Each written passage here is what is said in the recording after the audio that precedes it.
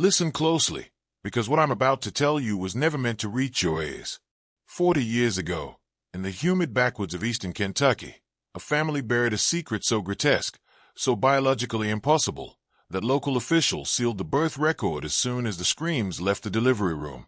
3 infants, born in the same hour, to the same mother, entered this world with fused horn ridges, prehensile tail-like spinal extensions, and eyes that never fully dilated in the light. Not mutations, not medical anomalies. Something older. Something the family swore they had seen before in the journals of their grandfather. Journals no one outside their bloodline was ever allowed to read. But this is not really a story about strange children hidden in a collapsing farmhouse.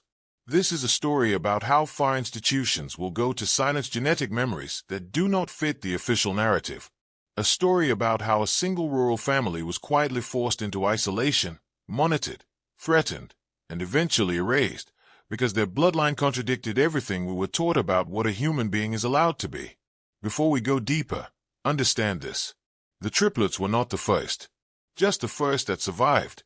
Their grandmother spoke of the old ones, children born once every few generations, children with leftover pieces from something the family encountered long before Kentucky existed on any map.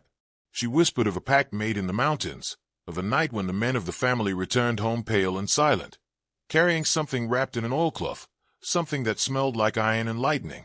That was the night the family line changed. The night their blood rewrote itself. And for 40 years, neighbors heard strange movements under the floorboards, saw silhouettes against the barn slats that were too tall, too twisted, too animal to be human. The government agents who visited once a year never stayed long. They always left before dusk. Always. I need you to understand something before we continue. This isn't folklore. This isn't cryptid gossip. This is forbidden biology, the kind that terrifies institutions because it exposes how fragile their version of human history truly is. If you keep listening, you will know things that cannot be known.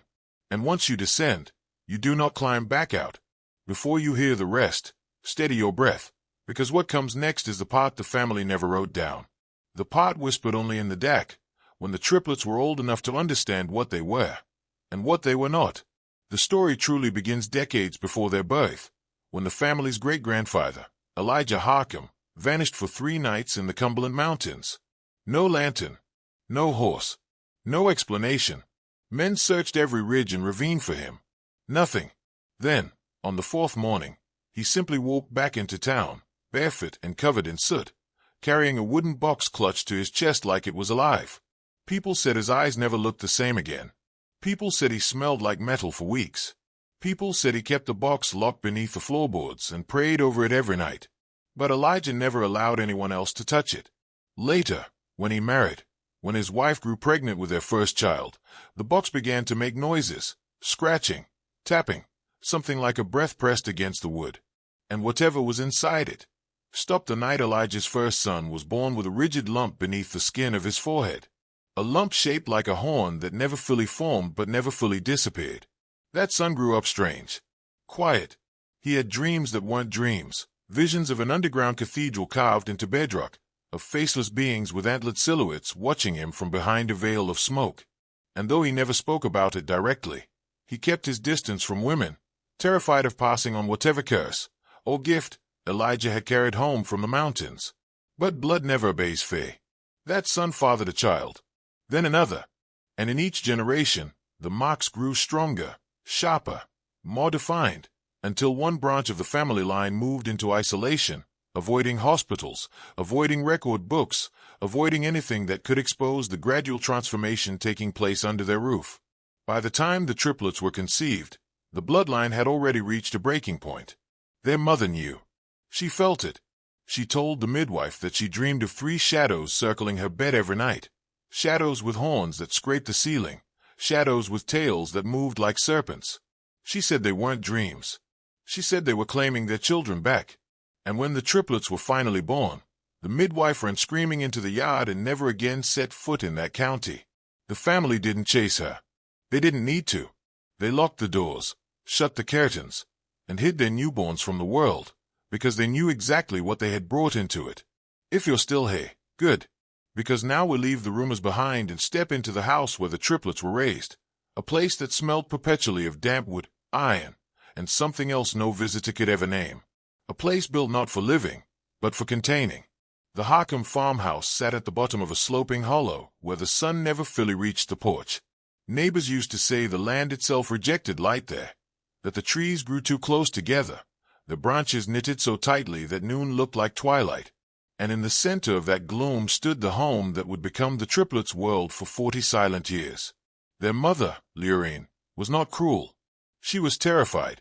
The moment she saw her newborn sons, 3 identical faces with pale horn stubs pressing through the skin, 3 spines that extended into curling tails strong enough to wrap around her wrist, she understood what Elijah had brought into the family, and what had been patiently waiting for generations to return. Lureen boarded the windows on the 2nd night. On the 3rd, she reinforced the cellar door with 3 iron locks, and by the end of the 1st month, the house was no longer a home, it was a fortress. The triplets grew quickly, too quickly. At 6 months, they were scaling onto shelves no infant should reach. Their tails helped them balance, grip, and swing. At 2 years old, they communicated in a pattern of clicks and throat tones that no one in the house could understand, sounds that made the family dog bare its teeth and hide beneath the stairs. By the time they were 5, the boys rarely spoke human words at all. Their father, Jonah, tried to teach them letters, numbers, anything to anchor them to the world outside. But the boys resisted. Not violently, instinctually. Like something deep inside them rejected the idea of belonging to human society. But the strangest thing wasn't their horns, or their tails, or the inhuman agility that made them move like shadows slipping between walls. It was the way they watched. They observed every gesture, every breath, every tremor in a person's voice with a focus that felt predatory. The kind of attention you feel before you realize your prey. By 8 years old, the triplets had already stopped trying to escape the house. Not because the house trapped them, but because the world outside had nothing they wanted, and nothing they feared. Inside that boarded-up farmhouse, they were waiting, growing, preparing for something their parents could sense but not name, something the bloodline had promised long before they were born. There comes a point in every forbidden story where the outside world finally senses that something is wrong, something off, something that doesn't match the map or the rules or the limits of what a human being is supposed to be. For the Harkham family, that moment came one winter night when headlights appeared at the end of their hollow, moving slowly, deliberately, stopping just short of the house as if the driver was afraid the land itself might swallow the car whole. It was not a neighbor. It was not the sheriff. It was not anyone local. 3 men stepped out. No badges, no uniforms, no warmth in their eyes. Their suits didn't match the mud. Their shoes didn't belong in the mountains. And when Jonah Harkham opened the door, the tallest of them simply said, "We're here to confirm a birth. Not check on the children. Not assist the family. Not investigate a concern. Confirm a birth." As if they already knew. Inside the house, the triplets fell silent. Completely silent. Their breathing slowed. Their tails curled around the posts of their beds like vines tightening around wood. And their eyes, those unnatural, never-dilating eyes, shifted toward the front door before a single word was spoken. They could sense the men. Not the footsteps. Not the voices. The men themselves. Jonah tried to block the doorway, explaining that the family didn't accept visitors, that the children were ill, that whatever paperwork existed had already been handled. But the tallest man wasn't listening. He pressed one gloved hand against the doorframe, leaned forward, and whispered with a calmness that made Jonah's spine turn to ice, "Your line should have ended 2 generations ago." Jonah slammed the door, bolted it, braced it with a chair. But the men never touched the handle. They didn't push, or shout, or force entry. Instead, they walked the perimeter of the house, slow, measured, circling it the way a hunter studies an animal's den. One of them placed a device against the siding. It hummed low, like metal vibrating underwater. And inside, the triplets began to twitch. Their horns ached. Their tails tightened. Their pupils thinned to slits. Lureen grabbed her sons, whispering prayers older than her own memory. Prayers Elijah had written in a shaky hand. Prayers meant not for God, but for something beneath the mountains. Outside, the tallest man lifted the device, listened to its pulse, and nodded. 3 of them, he said. Confirmed. And then, just as quietly as they had arrived, They left. No threat. No demand. No explanation. But the message was clear. The world knew the triplets were alive. And whatever the Harkham family had feared for generations had finally found them. After the stranger's visit, the house didn't return to normal. How could it? Once something out there knows you exist, you stop being hidden, even if you never step outside again. That night, the air inside the farmhouse felt wrong. Heavy. Charged. The boards in the walls trembled like they were reacting to a storm, except the sky outside was clear and black and perfectly still. Luring kept every lamp lit. Jonah sat by the door with the shotgun he hadn't touched in years. But the danger wasn't coming from the hollow. It was coming from the children's room. Around midnight, the triplets began to whisper in that strange, throaty language they used among themselves, a sequence of clicks, hums, and low notes that rattled the glass in the windows. Jonah tried to ignore it at first. It wasn't the first time he'd heard those sounds. But this time, the house seemed to answer. The floorboard shifted. The walls groaned. The nails in the beams vibrated like tuning forks. Lureen opened the bedroom door just a crack. That was all it took for her to see what she would later refuse to describe. The boys weren't in their beds. They were crouched in the center of the room, facing each other, their tails coiled behind them like living ropes. Their small horns glowed faintly beneath the skin, and their bodies were stretching, reshaping, adjusting as if something inside them was trying to break free. They weren't in pain. They weren't afraid. They were changing, calmly, like they had always known this moment was coming. Their shadows didn't match their bodies. 3 elongated shapes cast against the wall, each towering, each crowned with full, curved horns that didn't yet exist in the flesh. When the boys moved, the shadows lagged behind, as though whatever cast them lived on its own time. When Jonah stepped forward, the boys all turned their heads at the same moment. Perfectly synchronized. Perfectly still. Their pupils narrowed into reptilian slits that reflected the lamplight with a deep, molten gold. No growl. No hiss. Just a stare that pinned him to the doorway like a nail. Then the room fell silent. The shifting stopped. The shadows snapped back into place. The boys blinked once, slow, deliberate, and crawled back into their beds as if nothing had happened. But Lureen knew better. She could feel it in her bones. Something inside the triplets had awakened. Something tied to Elijah's vanished nights in the mountains. Something older than Kentucky. Older than the family itself. Jonah wanted to believe it was a one-time event. Lureen knew it was the beginning. Tomorrow, the triplets would not be the same children they were today. And whatever they were becoming was accelerating. The night the strangers came, the hollow felt different. Still. Too still. As if every branch, every crow, every root beneath the frozen earth was holding its breath. When the men vanished down the Date Road, Jonah Harkham waited at the door for almost an hour before daring to step outside. Lureen begged him not to. Her hands shook as she clutched the triplets to her chest, their strange tails coiling tight around her wrists like small, living ropes. But Jonah had that look in his eyes, the look a man gets when he knows running won't save him anymore. He stepped into the cold. The ground had taken the day's snow and hardened it into a pale crust, crunching under his boots. But it wasn't his footprints that mattered. It was theirs. 3 sets. Precisely 3 sets. Leading from the road to the house and then back again. The steps were perfect, equal spacing, identical weight distribution, as if the men had been walking in synchrony, copying each other's movements with machine-like precision. What chilled Jonah wasn't the number of prints. It was what wasn't there. No tire marks in the snow. No crushed grass along the roadside. No sign that any vehicle had ever entered the hollow. It was as if the men had simply appeared, and then disappeared. Jonah knelt in the snow, tracing the edges of one footprint. The pressure pattern was wrong. Human feet create a curve, a spread, a flex. These prints were too uniform, too controlled. The kind of precision only found in entities trained beyond human instincts, or created for obedience. Inside the house, the triplets began to click softly to each other, communicating in that eerie language the family never understood. Their horns pulsed faintly beneath the skin, glowing pale under the lantern light, something they had only ever done during storms, or nightmares, or moments when danger pressed too close. Lureen pulled them back, whispering, "Hush, boys, hush." But the clicking only grew faster, more rhythmic, like a signal. Jonah returned to the porch, shaking, his breath fogging the air. They weren't government, he whispered. Luring stared at him, horrified. Then who?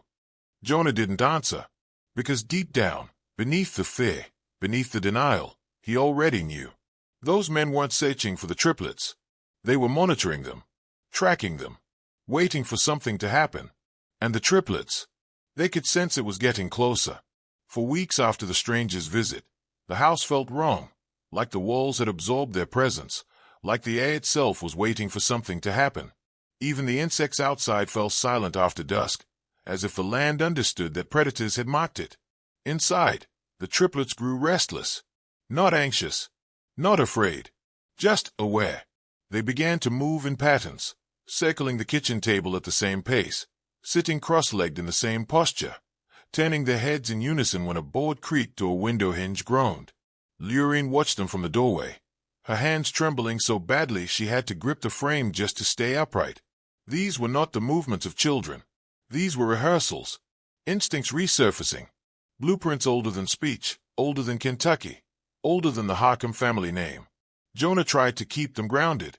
He tried human routines, stories before bed, warm meals, tasks to focus their minds. But their eyes drifted, their ears twitched, their tails swayed. Their attention belonged to something deeper, something older coded into their blood. Then came the night everything changed. It was past midnight when Jonah woke to a sound that didn't belong inside the house.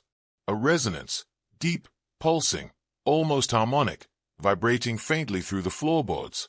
He thought it was the wind at first. But the wind doesn't shift pitch. The wind doesn't sync with a heartbeat.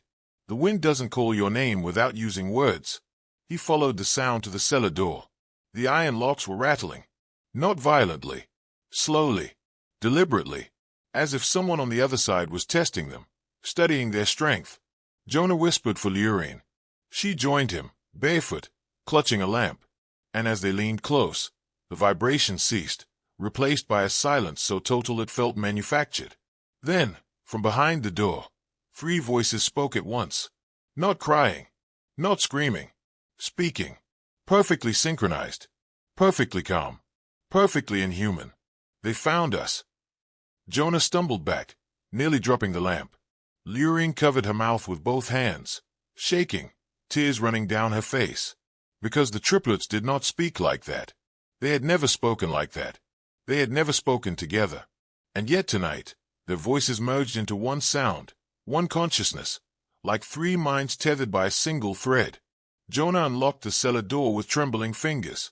When it opened, the boys were standing in a triangle formation, eyes glowing faintly in the lamplight, horns casting shadows on the walls like antlers carved from bone. Their tails were still, their faces expressionless. Their voices, one voice, spoke again. They are not coming back. They are already here. For the next several years, the Harkham household descended into a rhythm of fear and quiet obsession. 40 years of secrecy didn't happen by accident. It was cultivated, carefully, methodically, because the family understood one truth above all others. Exposure meant death, not just for the children, but for the bloodline itself. The triplets, though young, began to internalize the weight of this knowledge before they even had the words to describe it. Every step they took was measured. Every sound they made was calculated. Lureen taught them to respond only when spoken to avoid drawing attention from anyone, stranger or kin. Their childhood was a series of silent lessons, not in reading or math, but in survival, observation, and understanding the unseen forces that stalked them. It was in this silence that their unique abilities began to manifest. The horns on their foreheads, initially small nodules, began to harden, sharpen, and pulse faintly under stress. Their tails moved with subtle intelligence, sometimes curling like serpents in danger, sometimes wrapping protectively around one another, instinctively forming a barrier against threats. But the most unsettling development was their vision. They began to see things others could not. Shadows moved differently around them. Faces twisted into forms that disappeared the moment anyone else looked directly. And in the quietest hours of the night, whispers drifted through the house that only they seemed to hear. Old voices speaking in tones that resonated with their bloodline. By the time they reached adolescence, the house had become less of a refuge and more of a laboratory. Lureen observed, catalogued, and corrected behavior with an intensity bordering on obsession. The children were conditioned to anticipate danger, to detect the subtle cues of intrusion, and to respond instinctively. But she never told them the full truth. Not yet. They were to survive first, understand second, reveal third. And yet, the outside world pressed closer. Local children whispered of strange lights and noises. Hunters reported seeing unnatural figures slip through the trees. Federal agents occasionally drove past the hollow at odd hours, scanning with equipment that could detect more than human motion. The family knew these visitors were only the surface layer of a far deeper network, a web of observation and control that had been watching them for decades. Lurine, despite her fear, made one conscious choice. The children would never be afraid of themselves. They were told their bodies were not flaws but gifts, tools to navigate a world that would never understand them. And slowly, the triplets internalized this. They began to explore their abilities in secret, testing strength, agility, and senses, learning to move without making a sound. By their 16th birthday, they were no longer children hiding from the world. They were predators of the silence that surrounded them, shadows moving within shadows, armed with knowledge that no ordinary human could ever comprehend. And this, my friend, is where the story truly begins, not with their baith, not with their horns, not with the tails, but with the awakening of the bloodline's intelligence, honed in fear and secrecy, ready to challenge the very structure of the world outside. The hollow taught them more than any classroom ever could. In the shadowed woods surrounding the farmhouse, every tree, every stone, every rustle of the wind became a teacher. The triplets learned to read the landscape with a precision that defied explanation, to sense predators, or humans, long before they appeared. They moved with the patience of spiders, silent and deliberate, observing the patterns of life beyond their walls, always cataloging, always preparing. Their mother, Lurine, became a mentor in the art of anticipation. She would wake them at dawn, speaking of invisible dangers as if they were tangible walls pressing against their bodies. The world, she said, will not forgive your existence. You must be ready before it notices you. And so, every day, the children honed their instincts. They learned to climb cliffs without leaving marks, to cross rivers without making ripples, to manipulate shadows like tools, using them as camouflage and observation posts. But the most important lessons were psychological. Lurine drilled into them the understanding of control, the unspoken influence humans can exert over each other. She explained how authority often masks fear, how silence can be more commanding than words, and how people willingly surrender themselves to systems they do not question. The triplets internalized these concepts with a clarity beyond their years, applying them to each other and, eventually, to the few outsiders brave enough to approach the hollow. By their early teens, the family had established a system of signals, tiny movements, gestures, and sounds that allowed the triplets to communicate without speech. The horns and tails were not just biological oddities, they were tools in their arsenal, amplifying balance, coordination, and strength, allowing the children to interact with the physical world in ways the ordinary human body could never replicate. Their senses became supercharged. Shadows betrayed movement. Sounds carried messages. Smells told stories. But this life of perfection and secrecy carried a weight.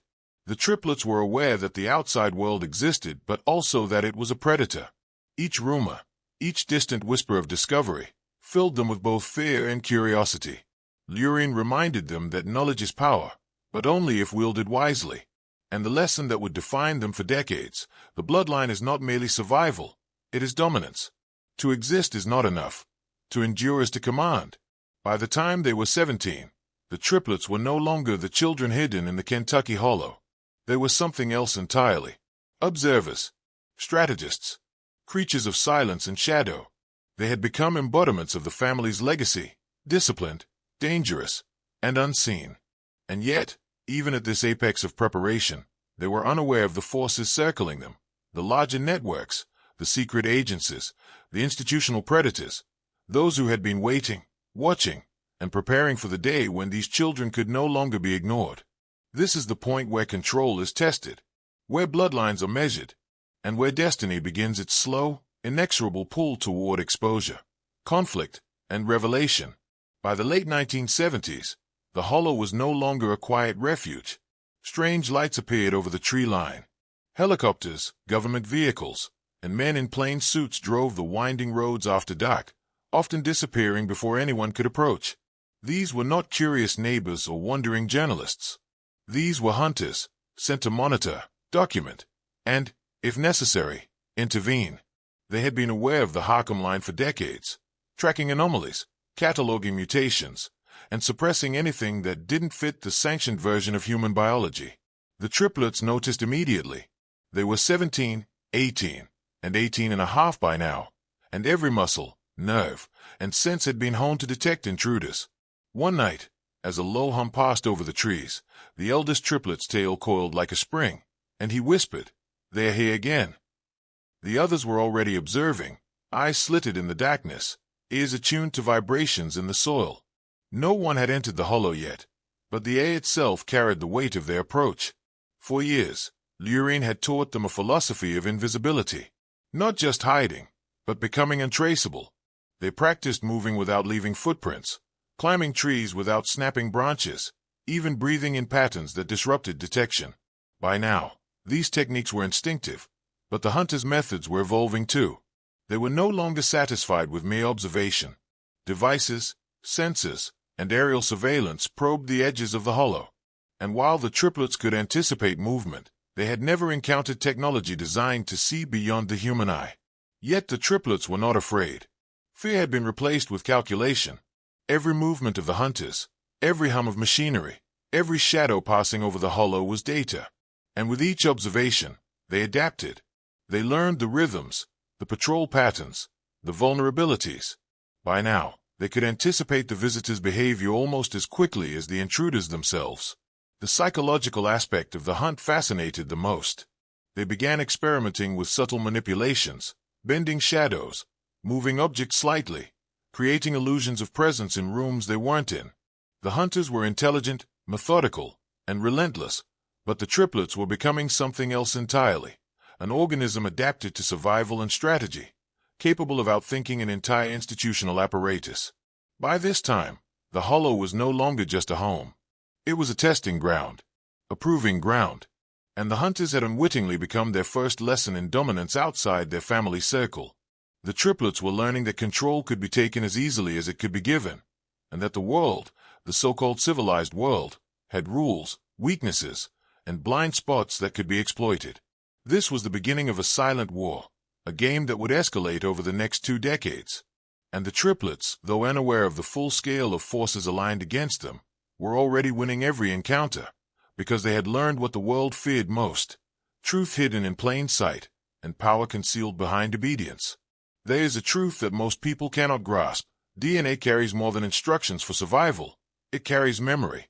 The Harkham triplets were not just born with horns and tails. They inherited ancestral knowledge encoded in every cell, every synapse, every pulse of blood through their veins. This memory was not learned, not taught. It awakened. And with awakening came understanding.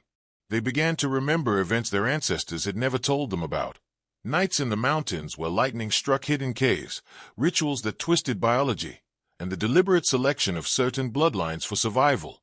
They recalled moments from Elijah's journals that had been burned long before they could read, visions of beings, some human, some not, who had shaped the trajectory of their family. These memories were fragmented, symbolic, terrifying, but coherent enough to instruct their instincts. By 18, the triplets could anticipate events before they occurred. They could sense the intent behind a person's action, detect lies before they were spoken, and navigate complex social situations with the precision of a chess master predicting 20 moves ahead. The hunters who prowled the outskirts of their hollow might have understood tactics and technology, but the triplets understood time, probability, and human nature itself. Their horns pulsed when danger approached. Their tails acted as both counterbalance and warning system, twitching to alert them to changes in the environment. They began to experiment, moving objects without being seen, manipulating shadows to mislead intruders, even using subtle vibrations in the floor to communicate with each other without speaking. Every action reinforced the lesson. They were not victims. They were instruments of adaptation. But this awakening carried a psychological cost. They began to see themselves as separate from ordinary humans, not merely in appearance but in essence. Empathy became selective. Fear was replaced by calculation. Loyalty was measured, not given freely. And yet, despite the isolation, a connection to their family and their legacy remained strong, anchored in the stories whispered by Lurine late at night. Stories of power, survival, and the responsibilities carried by those who were different. By the early 1980s, the Harkham triplets had become more than children hidden in a farmhouse. They were a convergence of biology, memory, and strategy. Creatures born of human blood but carrying something older, something untamed, something institutions could neither control nor understand. The Hollow was no longer a prison. It was a laboratory of evolution. And evolution, in their case, was deliberate, purposeful, and unstoppable. The world beyond the trees was beginning to notice. Forces that had remained in shadows were beginning to stir, and the triplets' awakening meant one thing: exposure was inevitable. But by now, they were ready, not as victims, not as anomalies, but as predators in a world that had always underestimated them. It was the winter of 1984 when the Harkham triplets first made contact with the outside world, not by accident, not by curiosity, but by necessity. The Hollow, despite its isolation, could not contain everything. Supplies ran low, machinery broke, and sometimes, human error or illness forced the family to breach the invisible walls they had built around themselves. The eldest triplet, now 20, was chosen to make the journey. His horns glinted faintly under the snow as he moved silently through the pines, every step measured, every branch avoided. He carried no weapons. He carried no papers. He carried the weight of an entire bloodline, and he understood the stakes. One misstep could reveal the family, their secrets, and the truth about what had been hidden for decades. The town itself seemed unaware of the approaching anomaly. Men worked in the fields. Children played in the snow. The streets were quiet, mundane. And yet, the triplet could see the vibrations in the air, the subtle shifts in attention, the invisible threads of curiosity and suspicion that bound everyone together. He was a ghost among the living, a shadow moving with intent and precision. It didn't take long for the first human mistake to appear. A sheriff's deputy glanced toward the edge of the tree line, catching the faint outline of a figure that didn't belong. The triplet froze, his tail coiling instinctively, horns pressed low. The deputy squinted, trying to identify the silhouette, but before any recognition could occur, the figure vanished into the brush as though it had never existed. The deputy would later tell colleagues he saw a trick of the light, but the triplet knew the truth. Observation alone was never enough to find them. Inside the town, subtle changes began to ripple through the undercurrent of normal life. Objects moved slightly from their places. Sounds echoed where none should exist. Shadows warped unnaturally, and people felt the presence before they could see it. A primal discomfort, a warning that something beyond understanding had entered their world. The triplet returned to the Hollow without incident, but the message was clear. The world outside was awakening to the Harkham line. And with awakening came scrutiny. From that night on, the family's isolation was no longer just a choice. It was a defensive strategy. Every movement, every interaction, every supply run became a calculated risk, measured against the knowledge that outsiders were slowly learning how to trace the impossible. The lesson for the triplets was simple but profound. The world would always try to contain what it could not understand. But understanding is the tool of power, and power belongs to those who refuse to be contained. By the mid-1980s, the presence beyond the Hollow was no longer subtle. Vehicles without plates began appearing at odd hours. Drones, or machines that looked like drones, hovered silently among the tree canopy. Letters arrived at the edge of the property, unsigned, sometimes containing precise maps of the Hollow's terrain. Whoever was watching knew everything. Not just the land, not just the family. They knew the triplets themselves, their movements, their growth, their abilities. Lurine had warned them repeatedly. They are not your enemies yet, but they are the examiners, and the world outside is a test. Fail, and you are nothing. The triplets understood instinctively. These agents, humans, or something dressed as humans, operated like extensions of a system older than the county, older than the state. A network designed not merely to observe but to control, suppress, and if necessary, erase anomalies that challenged the sanctioned vision of human nature. One night, as the wind cut through the Hollow with a voice of its own, 3 vehicles arrived simultaneously. The triplets, now well into their 20s, observed silently from the tree line. Their tails twitched, their eyes narrowed. This was different. The men exiting the vehicles moved with precision, coordination, almost as if their bodies anticipated the triplets' reactions before they themselves acted. It was a game now, and the hollow had become the board. The eldest triplet, sensing their approach, allowed himself to be seen briefly, just a movement between trees. The agents froze. One reached for a device, scanning. Another whispered into a receiver. The triplet's pulse accelerated, not from fear, but anticipation. This encounter was not accidental. It was deliberate. The observers were studying him, calculating the next move, measuring the threat, and cataloging potential containment methods. Luring had prepared them for this. Years of isolation, conditioning, and careful observation had created predators from children who once hid under floorboards. The triplets moved as one unit, shadows bending to their will. Objects shifted subtly, small branches snapped, lights flickered in the agents' vehicles. For every tool the hunters used, the triplets had a counter, learned instinctively through decades of practice. By the time the night ended, the agents left, recording nothing overtly, but carrying a new assessment back to their superiors. The message was clear: the anomaly could not be controlled through ordinary methods. It required observation, patience, and understanding of a system far older than the bureaucracies that now pursued it. And in that moment, the triplets realized their existence was challenge, a provocation, a test imposed by powers whose reach extended far beyond Kentucky. The hollow was no longer merely a sanctuary. It was a fortress, and they were no longer children hiding. They were the heirs of a bloodline that would not be subdued. Isolation and observation had shaped the triplets, but it was ritual that honed their connection to the blood that ran through them. Luring understood that the anomalies were not merely physical, they were spiritual, genetic, and psychic. Each night, as the wind rattled the boards of the hollow, she led ceremonies that were equal parts discipline and awakening. Candles, iron implements, chants in an old tongue, these were not superstitions. They were activations, unlocking memories and instincts that modern science would never admit existed. The triplets learned to embrace the pain of growth, the sharp edges of their horns, the twitch of their tails. They were instructed to push their senses beyond ordinary perception, to hear the vibration of a heartbeat beneath walls, to feel the slightest disturbance in the air, to see traces of movement invisible to ordinary vision. Each ritual was calculated, each exercise deliberate. The goal was not comfort, it was mastery.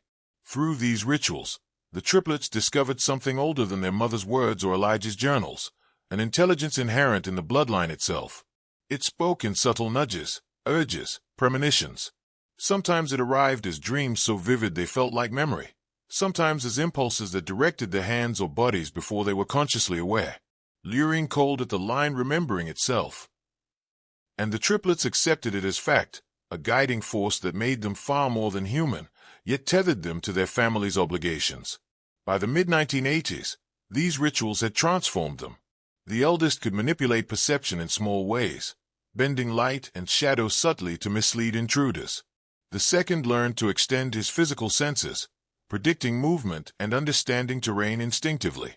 The third honed communication with the others through gestures, whispers, and tail signals, creating a silent language that no outsider could interpret. Together, they formed a unit, a living system of observation, instinct, and reflex. But these rituals were not just about survival. They were a declaration. Every flicker of candlelight, every chant, every moment of focus strengthened the bloodline's claim that it would endure, that it would resist, that it would emerge unbroken despite decades of secrecy and surveillance. Even in the hollow, danger was constant. Agents prowled. Technology sought them. Yet the rituals fortified not only body and mind but identity. The triplets knew who they were in ways no outsider could ever understand. And that knowledge was power. The kind of power that could challenge entire institutions, systems, and histories that had been designed to erase anomalies like them. The hollow was no longer just a place. It was a crucible. And the triplets had become its living testament, forged by secrecy, fear, and ritual, ready for the world that would inevitably come for them. By 1986, the Harkham triplets understood a chilling truth. They were not merely being watched, they were being studied. Every movement, every innovation, every exercise in control and perception was catalogued by unseen observers. The agents had learned patience. They no longer approached recklessly. Instead, They tested boundaries, probing from the edges, sending whispers into the hollow that carried both warning and intrigue. These whispers weren't always audible.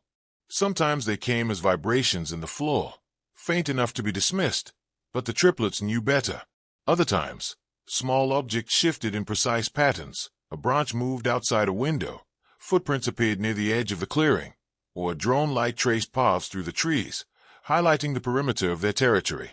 The agents were teaching the family a lesson. Nothing escaped notice. Nothing could be left to chance. The triplets, now deeply attuned to both blood and environment, began to manipulate these interactions. They created illusions, shifted shadows, even mimicked sounds to suggest they were elsewhere. The hollow had become a chessboard, and the hunters were unwitting pieces in a game the triplets controlled entirely. Yet the tension never left the air. The whispers carried a subtle threat. The world would not wait forever, and the anomaly could not remain hidden indefinitely. Lurine used these encounters to teach the triplets the psychology of control. Fear is a tool, she said. Not theirs. Ours. The moment they doubt themselves, they lose. They practiced responding to the invisible pressures of the agents, predicting intrusion patterns, and shaping the environment to mislead. Every night became a lesson in manipulation and dominance, every movement a test of intelligence and instinct. But the whispers carried a deeper truth, one the triplets could sense but could not fully articulate. The hunters themselves were part of a vast system, one designed not merely to monitor but to rewrite the rules of what was acceptable, permissible, even real. They represented institutions older than any memory in the hollow, powers that could erase history, alter perception, and punish those who deviated from their sanctioned understanding. The triplets, however, were no ordinary anomaly. Their horns, tails, and enhanced perception were only physical manifestations of something far older, the resilience of a bloodline that refused to be erased. The whispers, those faint vibrations, those unseen manipulations, served only to sharpen their instincts. They learned that the world outside the hollow was dangerous not because it was malicious, but because it demanded conformity, obedience, and mediocrity. The Harkham line would never comply. By the end of this period, the triplets no longer waited to be discovered. They had become active participants in the unseen struggle, shaping events before others even realized they were being manipulated. The hunters were no longer teachers, they were prey. By the late 1980s, the Harkham triplets had moved beyond survival. The hollow had done its work, shaping their bodies, sharpening their minds, and awakening the dormant intelligence embedded in their bloodline. No longer were they merely anomalies hiding in the shadows. They were strategists, predators, and arbiters of their own destiny. Physical evolution had run its course. Their horns were now hardened and ridged, tails flexible and prehensile, senses attuned to vibration, light, and subtle shifts in the atmosphere. But the true transformation had occurred in the mind. They had begun to perceive patterns that escaped ordinary human cognition, the intentions behind movement, the motivations hidden behind bureaucratic systems, the invisible networks that dictated who lived, who thrived, and who disappeared. It was during this period that Lurine introduced a new discipline, the art of influence. Not brute force, not violence, but subtle manipulation, psychological, environmental, and symbolic. Every gesture, every shadow, every sound could be calibrated to shape perception. The triplets practiced moving objects without contact, guiding attention without speech, and creating illusions that blurred the line between reality and imagination. They became masters of presence and absence, teaching themselves the silent language of power. Their training extended beyond the hollow. They were sent in pairs to the edges of the surrounding forests, observing towns, roads, and hunters. Their mission, understand the mechanisms that governed the outside world. What motivated those who controlled it? What fears anchored their power? How could one influence events without ever being seen? The answers were subtle but clear. The world was a structure of obedience, and obedience could be manipulated once its rules were understood. The triplets also discovered the emotional dimension of control. Anger, fear, hope, and desire were not merely human experiences. They were levers. They learned to read micro-expressions, subtle shifts in posture, even the slight modulation of a voice. These skills allowed them to anticipate reactions, to bend encounters to their advantage, and to cultivate an aura of inevitability. People and machines alike became predictable under their observation. By the end of this phase, the triplets understood a profound truth. Power is not given. It is claimed. And claiming it requires patience, intelligence, and the courage to embrace the unknown. The hollow was no longer a sanctuary. It was the forge that had created beings capable of challenging not only those who sought to control them, but the very systems that claimed dominion over human life. From this point onward, their actions would no longer be defensive. They would engage, manipulate, and, when necessary, dominate. The world was waking, and the Harkham triplets were ready. By the early 1990s, the hunters had escalated. No longer content with passive surveillance, they began sending emissaries, small, deliberate incursions designed to probe the hollow's defenses. Vehicles stopped closer to the tree line. Lights flashed in patterns. Even the air seemed to carry new frequencies, vibrations meant to unsettle, to measure reaction. The triplets had anticipated this escalation long before it happened, but now it was time to test everything they had learned. The eldest led the operation. Moving like a shadow between the trees, he guided his siblings in a series of subtle manipulations. Branches snapped at calculated intervals to mislead tracking devices. Animal sounds were mimicked to draw attention away from their true positions. Even snow was disturbed strategically, leaving false trails that suggested movement where none had occurred. Every detail was considered. Every human expectation was predicted, exploited, and counted. Inside the hollow, Lurine watched silently. She had prepared them for this day for decades. Years of ritual, observation, and relentless conditioning had led to this moment, the first demonstration of dominance not merely over the environment but over the forces that sought to control them. The triplets were no longer reacting. They were orchestrating. The hunters, experienced and disciplined, were still fooled. Their equipment recorded anomalies that made no sense. Shadows where no one stood. Heat signatures that vanished. Footprints that looped impossibly. Attempts at communication were intercepted and rerouted without notice. It was a subtle but undeniable victory. The Harkham triplets had not just survived, they had rewritten the rules of engagement. Yet, the lesson extended beyond survival. They began to understand the deeper psychology of power. Control is not about confrontation. It is about perception. Fear is a tool, and perception is its medium. The agents had assumed mastery over the hollow simply by entering its space. The triplets had proven that mastery could be claimed by understanding the unseen, by predicting intent, and by manipulating expectation.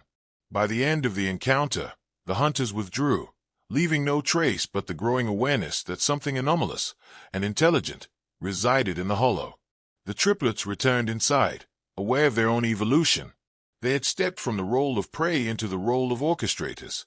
This was the first taste of true power, and with power came responsibility, danger, and a new awareness. The world outside was no longer just a threat. It was a stage, and the Harkham bloodline had learned to perform its role with absolute precision. By the mid-1990s, it became clear that the hunters were no longer acting independently. The Harkham triplets could sense the layers beneath the visible agents, an entire architecture of control, stretching from local authorities to agencies whose reach and influence were global. This was not just about observation anymore. It was about containment, classification, and ultimately, domination. Institutions had systems designed to suppress anomalies, rewrite histories, and enforce narratives that erased inconvenient truths. And the triplets were living proof of what those systems could not tolerate. The hollow, once a refuge, now became a crucible of strategy and vigilance. The triplets began mapping not just physical space but institutional behavior. Every patrol pattern, every surveillance protocol, every bureaucratic ritual was analyzed and internalized. They began to see these systems as predictable, like algorithms waiting to be decoded. They understood that control relied on assumption, on linear thinking, on the belief that anomalies could be boxed, cataloged, and neutralized. With this awareness came experimentation. The triplets tested subtle disruptions, misplaced signals, manipulated trails, and controlled exposure of information that would mislead observers into underestimating their capabilities. It was a psychological game, one that extended far beyond physical boundaries. Each successful deception reinforced an important truth. Power does not reside in weapons or laws, but in knowledge and perception. They also observed the human operators, agents, bureaucrats, and informants with the same precision they had once reserved for animals in the forest. Micro-expressions betrayed fear, hesitation, and overconfidence. Their actions revealed a hierarchy, a chain of command that could be exploited. The triplets realized that institutions, no matter how vast, were ultimately vulnerable to the same principles that govern survival in the hollow: anticipation, observation, and manipulation. And yet, this knowledge carried a heavy psychological weight. They had to remain invisible while exercising influence, shaping perception without revealing their intent. One misstep could provoke a response powerful enough to annihilate them. The hollow, once a sanctuary, had become a war room, a laboratory, and a battlefield simultaneously. By now, the triplets had embraced a philosophy that would guide their actions for decades. Existence is resistance, observation is strategy, and influence is survival. Every action, no matter how small, was calculated to extend their autonomy, fortify their position, and assert dominance over forces that believed themselves untouchable. The world beyond the hollow had grown aware. The triplets had grown stronger, and the inevitable confrontation between hidden knowledge and institutional control had only just begun. Before we descend further, there is something I need you to do, a symbolic act that anchors you to the truths you are about to witness, not just as a viewer, but as a participant in this unfolding story. Repeat these words silently, then aloud. I see what they hide. Say it once, then again. Why? Because knowledge changes you. The moment you acknowledge forbidden truths, the lens through which you view reality shifts. Patterns become visible where before there was only noise. Systems reveal their weaknesses, and forces that once seemed invincible now tremble in the presence of awareness. The triplets themselves had experienced this moment in miniature countless times in their lives. Every ritual, every observation, every subtle interaction with the hunters required conscious affirmation. They had to internalize the reality of their own power. The world outside could not be ignored. It had to be understood, manipulated, and, if necessary, defied. By asking you, the viewer, to repeat the phrase, the purpose is identical, to mark the transition from passive awareness to active observation. You are no longer just consuming a story. You are aligning your perception with those who refuse to be controlled. You are primed to see systems, motives, and manipulations for what they are. And in doing so, you engage with the narrative at the deepest level, the level of strategy, insight, and survival. Because what the world tries to hide, the corruption, the control, the manipulations buried in plain sight, is visible only to those willing to acknowledge it. Only to those who refuse to unsee the structures of influence designed to shape minds, bodies, and behavior. The hollow and the triplets are more than an anomaly. They are a mirror. Their experiences, disciplined instincts, and strategic mastery reveal a hidden principle. True power belongs not to the ignorant masses or institutional authorities, but to those who can perceive, understand, and act upon the unseen. By repeating the words, you symbolically join that lineage of awareness. You are no longer passive. You are awake. You are alert. You are learning to navigate the hidden mechanisms of the world, the same mechanisms the triplets exploited to survive, dominate, and remain invisible for decades. The next stages of their story will show you just how far knowledge, discipline, and understanding of forbidden systems can bend reality. How one family, hidden for 40 years, can move against forces much larger than themselves, and how understanding unseen truths can transform you in ways the world was never meant to allow. The winter of 1997 arrived with a silence so heavy it felt engineered, as if the world were holding its breath. Snow fell without sound, blanketing the hollow in white, muting every footstep, every whisper, every breath. It was on one of these nights, moonless, windless, unnaturally still, that the breach finally came. Not the clumsy intrusions of local deputies, not the cautious approaches of field agents, but something coordinated, deliberate, and unmistakably sanctioned from higher authorities. 3 vehicles stopped just beyond the tree line, their engines killed simultaneously. No headlights, no chatter, no human warmth, only precision. The triplets sensed them before they stepped out. 5 figures, moving with synchronized discipline, each heartbeat steady, each movement rehearsed. These weren't hunters. These were specialists, extraction experts, system enforcers, the kind of operatives deployed when something ceases to be an anomaly and becomes a threat. Inside the hollow, the air shifted. Lurin felt it instantly. She rose from her seat without a word, her eyes fixed on the entrance as if she had known this moment her entire life. The triplets, now adults in body and intent, reacted instinctively. No fear, only readiness. They took their positions around the perimeter, each guided by the subtle rhythm of the other's minds. The operatives advanced with equipment the triplets had never seen before. Handheld scanners pulsed faint waves through the forest, mapping the environment in real time. Drones unfolded from their backs like mechanical insects. The air shimmered where invisible frequencies scanned for heat, movement, and unregistered biological signatures.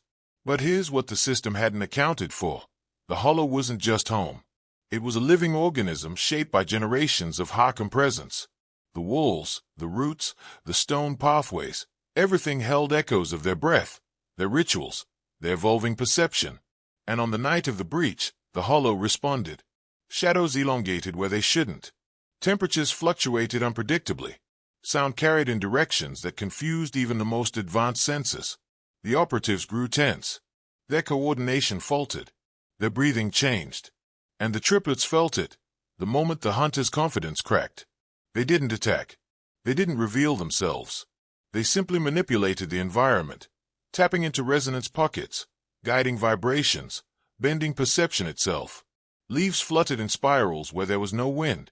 Footsteps echoed from impossible directions. The forest's heartbeat became a weapon. By the time the first operative panicked, and panic always comes, even for the trained, the breach had already failed. They retreated in formation, but their formation was broken. Their silence was gone. Their certainty shattered. The triplets had won again, not through violence, but through mastery. And now the institutions knew the hollow was not to be breached. After years of subtle observation, the hunters returned with renewed intensity. By the mid-1990s, their tactics had evolved. They no longer relied on simple surveillance. They brought advanced equipment, infrared scanners, and what the triplets later described as machines that whispered in frequencies only the bloodline could perceive. Every approach was calculated, every action measured, designed to provoke a response that could be recorded, analyzed, and exploited. The triplets had anticipated this escalation. By now, they were no longer reactive. They were proactive. Each encounter with the hunters became an exercise in control. Shadows bent at their command. Sound was manipulated. Trails were forged and erased before anyone could recognize the deception. The hollow itself seemed to shift in response to their presence, becoming a maze of perception, misdirection, and subtle traps. One night, the eldest stepped into a clearing as if by chance. The hunters observed from the tree line, scanners raised, prepared to log every detail. The triplet allowed himself to be visible, but only partially. A horn caught the faint moonlight. His tail flicked in a controlled rhythm. Then, with a movement so precise it seemed almost ceremonial, he disappeared. Not running, not hiding, but becoming imperceptible. The hunters searched the clearing for hours. Not one found him. This wasn't just physical skill. It was mastery of attention itself. The triplets understood how perception worked, how human cognition filled in gaps, how fear distorted judgment, and how expectation blinded the observer. They had become predators of awareness, able to exploit the very faculties that the hunters relied on to track and contain them. Lurine watched from the shadows, noting the subtle patterns of hunter behavior. She guided the triplets not only in physical evasion but in psychological manipulation. Every encounter reinforced a singular truth. The outside world could be read, predicted, and shaped. Fear and authority were instruments, and the triplets had learned to wield them with precision. By the dawn of the following day, the hunters retreated once again, leaving no trace of success. But the encounter left a message encoded in the hollow itself. The Harkam line could no longer be observed passively. They had evolved beyond that, and the triplets, fully aware of their power and the limitations of those who sought to control them, began to consider a new phase, one in which they could not only evade but influence, manipulate, and dominate the very forces that had stalked them for decades. The hunters had underestimated the consequences of their persistence. The Harkam triplets were no longer prey. They were agents of their own design, architects of strategy, and masters of perception, and the world outside the hollow was about to discover just how dangerous that could be. With every failed attempt by the hunters, the triplets began to understand a higher truth. Survival alone was insufficient. The bloodline had endured not to remain hidden forever, but to shape outcomes, to manipulate systems that believed they were in control. The hollow, the isolation, the rituals, they were training grounds for strategy, not mere defense. The world outside was a system, predictable in its hierarchy, vulnerable in its bureaucracy, and malleable in its perception. The triplets began planning long-term maneuvers. Each observation of the hunters, each intercepted signal, each anomaly recorded, became data. They mapped the hunters' routines, the patterns of institutional interference, the likely responses to breaches, and potential weaknesses in logic and protocol. Every encounter became a rehearsal, every intrusion an opportunity to learn. Strategy was now their language, and the hollow their war room. They also developed a symbolic system among themselves. Tail movements, horn taps, and gestures conveyed complex instructions instantaneously. Communication was no longer bound by words. The triplets could coordinate actions across distances in ways invisible to the human eye. Even the faintest shadow, the slightest vibration of snow, or the shift of air could transmit layered information. This level of synchronization elevated them beyond ordinary adversaries. They were an integrated unit functioning as one intelligence. Simultaneously, they studied human psychology. Agents, bureaucrats, and even neighbors became case studies in behavior under observation and stress. The triplets learned to predict decision-making processes, emotional reactions, and moral compromises. Fear, pride, and curiosity became levers they could manipulate. By understanding the hunter's perception of authority, order, and expectation, the triplets could anticipate every contingency and countermeasure. The hollow itself evolved alongside them. They created layered defenses, traps, misdirections, and environmental manipulations that disoriented, delayed, and misled intruders. But more importantly, the hollow became a psychological instrument. It shaped perception. Anyone entering, or even observing, was subtly influenced to underestimate or misinterpret reality. It was a living laboratory of dominance, blending biology, environment, and strategy. By the late 1990s, the triplets were no longer reacting to the world. They were shaping it. Every step outside the hollow, every engagement, and even their continued invisibility was a calculated act of influence. They had internalized a central principle. True power resides not in strength alone, but in perception, anticipation, and the orchestration of unseen forces. The hollow had transformed the Harkham triplets from anomalies into masters, from prey into predators, and from hidden children into architects of unseen realities. And the world outside, hungry to observe and control, remained unaware of the profound intelligence it had underestimated. By the turn of the millennium, it was undeniable. The hunters had failed. Decades of surveillance, intrusion, and cataloging had yielded nothing but data, and the triplets had learned to exploit every weakness in their approach. Each attempt at observation became an opportunity to refine deception, mislead perception, and solidify dominance. The agents were no longer in control. They were playing a game dictated by the Harkham bloodline. The triplets understood the patterns of institutional obsession. They recognized the bureaucratic rigidity, the blind adherence to protocol, and the reliance on technology as a surrogate for intuition. Every advantage the hunters believed they had, scanners, drones, logs, and patrols, was countered by the triplets' mastery of strategy, perception, and instinct. The hollow had become a fortress not only of walls but of psychological invisibility, a space that could manipulate reality itself for those who trespassed. Physical manifestations were not the only advantage. The bloodline's memory, rituals, and heightened senses provided a cognitive edge that no ordinary human could replicate. The triplets could anticipate movements, recognize deception, and even subtly influence the environment to create doubt and hesitation among their pursuers. It was not brute force.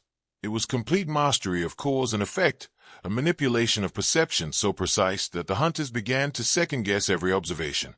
At the same time, the triplets began experimenting with indirect influence.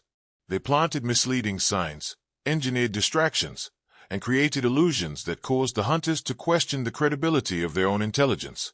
Vehicles moved in patterns that suggested activity where none occurred. Lights and shadows appeared in impossible sequences. Sounds echoed in unnatural ways. Every interaction with the hunters reinforced a critical principle. Reality could be bent through anticipation, observation, and subtle manipulation. This mastery extended beyond the immediate conflict. The triplets began to see institutional systems, the bureaucracy, law enforcement, and intelligence networks, as predictable frameworks that could be influenced, delayed, or subverted without ever revealing themselves. They realized that dominance was not demonstrated by confrontation, but by shaping perception so completely that control appeared to reside with others while true power remained theirs. By the early 2000s, the hunters understood something terrifying. The Harkham triplets were no longer anomalies to be observed. They were architects of unseen realities, predators whose intelligence and strategy had outpaced centuries of institutional design. The failure was absolute, and the bloodline had ascended. After decades of secrecy, the Harkham triplets reached a point where invisibility alone was no longer sufficient. They understood that survival had always been the first stage, obedience to the hidden laws of secrecy, mastery of perception, and avoidance of detection. But now came the second stage, ascension. The Hollow was no longer a sanctuary. It was a platform from which the bloodline could influence, manipulate, and, if necessary, expose the world's vulnerabilities. The triplets began to test the limits of their influence. Minor interactions with outsiders, hunters, travelers, even townsfolk, were orchestrated to create subtle awareness without revealing full truth. Objects moved in ways that provoked curiosity. Shadows elongated unnaturally. Animals behaved unpredictably. Every anomaly was a message. The bloodline was awake, aware, and in control. Lurine, now aging but still formidable, guided these actions carefully. She emphasized discipline. The Harkham line would never act out of impulse. Every engagement had a purpose, a lesson, a signal. The triplets were learning to communicate through environmental manipulation, shaping perception without direct confrontation. By the time a human observer realized something unusual, the triplets had already controlled the narrative of their own appearance, or disappearance. The hunters noticed this shift immediately. Their instruments captured anomalies but failed to explain them. Their reports described impossible events, irregular patterns, and cognitive dissonance that made the Hollow seem haunted. Some agents began questioning the feasibility of capturing or controlling the triplets at all. Others reported subtle intimidation, an almost imperceptible sense that their decisions, movements, and observations were being guided by an intelligence far beyond their own.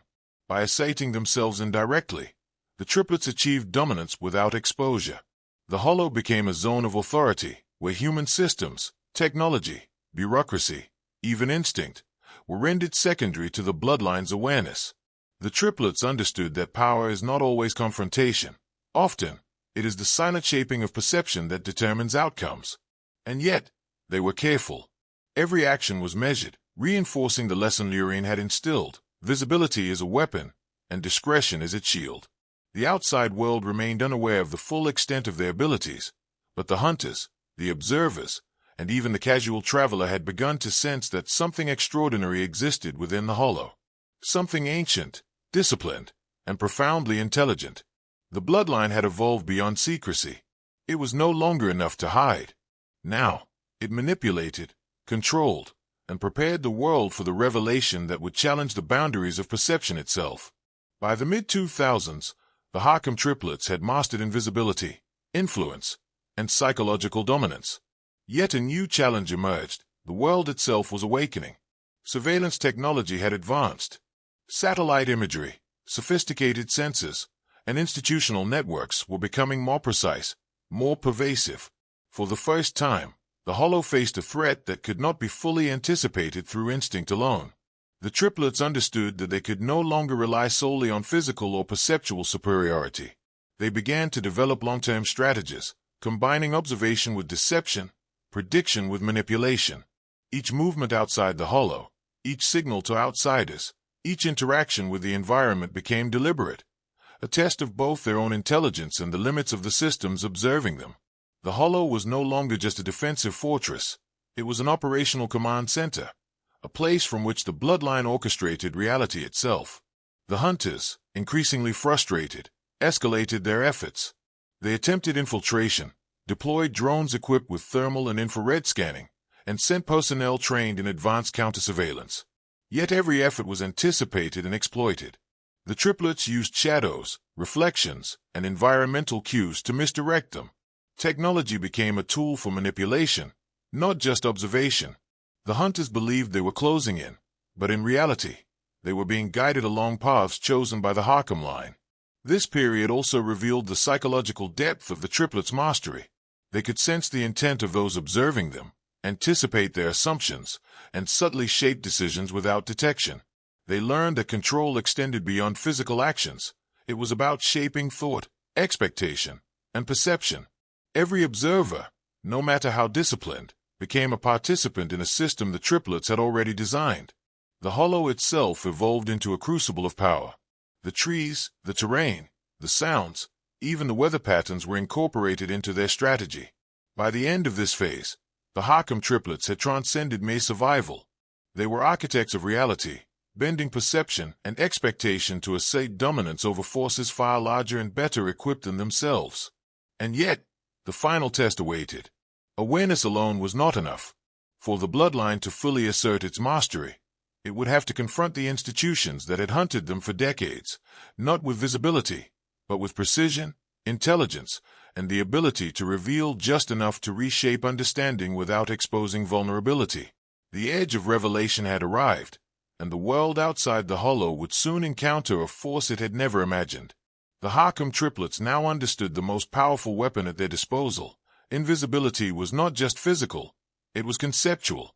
The hunters and institutions could track shadows, footprints, and signals, but the triplets had learned to manipulate the very expectations of observation. They created patterns that led observers to false conclusions, shaping reality in a way that left humans convinced they were in control, when in truth, the opposite was true. Every intrusion became a lesson in perception. Vehicles approached the hollow, lights flickered in calculated sequences, sounds echoed in patterns designed to confuse auditory instruments. The triplets shifted their position, but also shifted the environment itself. Branches, snow, wind, they became tools for misdirection. The hunters cataloged anomalies without understanding cause. Each failed attempt reinforced the triplets' mastery. The outside world saw what the bloodline allowed it to see. But manipulation went deeper. The triplets began experimenting with psychological cues. The faintest reflection of light suggested movement where none existed. Shadows elongated to imply presence. Animals were guided to behave unnaturally. The hollow was now a living system, an organism in which perception was engineered to convey false narratives. Every observer became a participant in the triplets' design, acting under the influence of instincts and expectations the bloodline controlled. The lessons from the hollow extended beyond tactics. They revealed principles of systemic dominance. Institutions rely on repetition, predictability, and hierarchy. By exploiting these tendencies, the triplets could bend responses. Without direct confrontation, a bureaucrat assumed control, a hunter relied on pattern recognition, a neighbor made assumptions, all manipulated subtly by design. Knowledge became more powerful than force, strategy more potent than brute strength.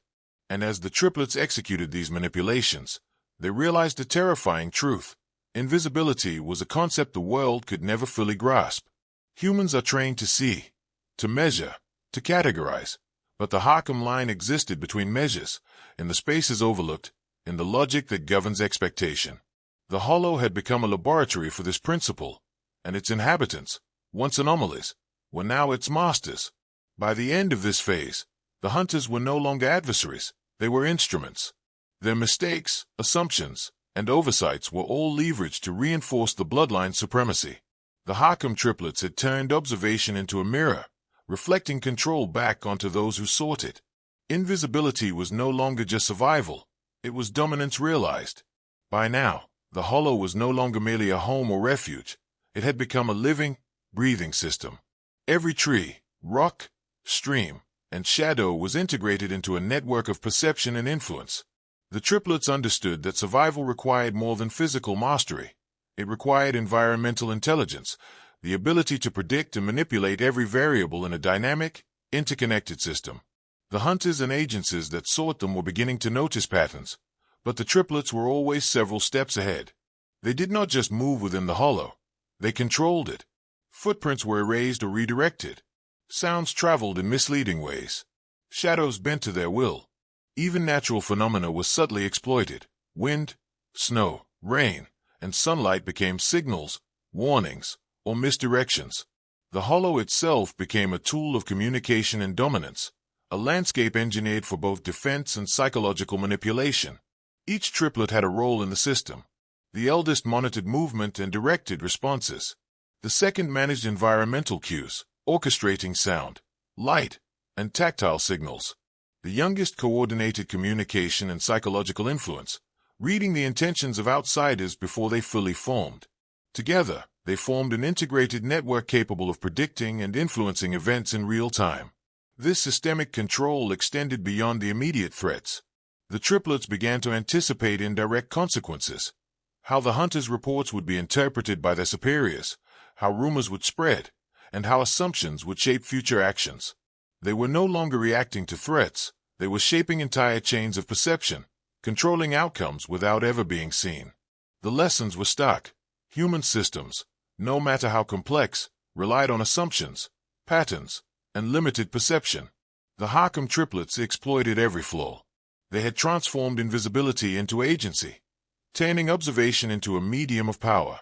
To anyone unaware, the hollow seemed quiet, untouched, and benign. To those who sought control, it became a source of confusion, fear, and miscalculation. And in mastering the hollow, the triplets understood a final principle. True dominance lies not in confrontation, but in the orchestration of forces that believe they are autonomous.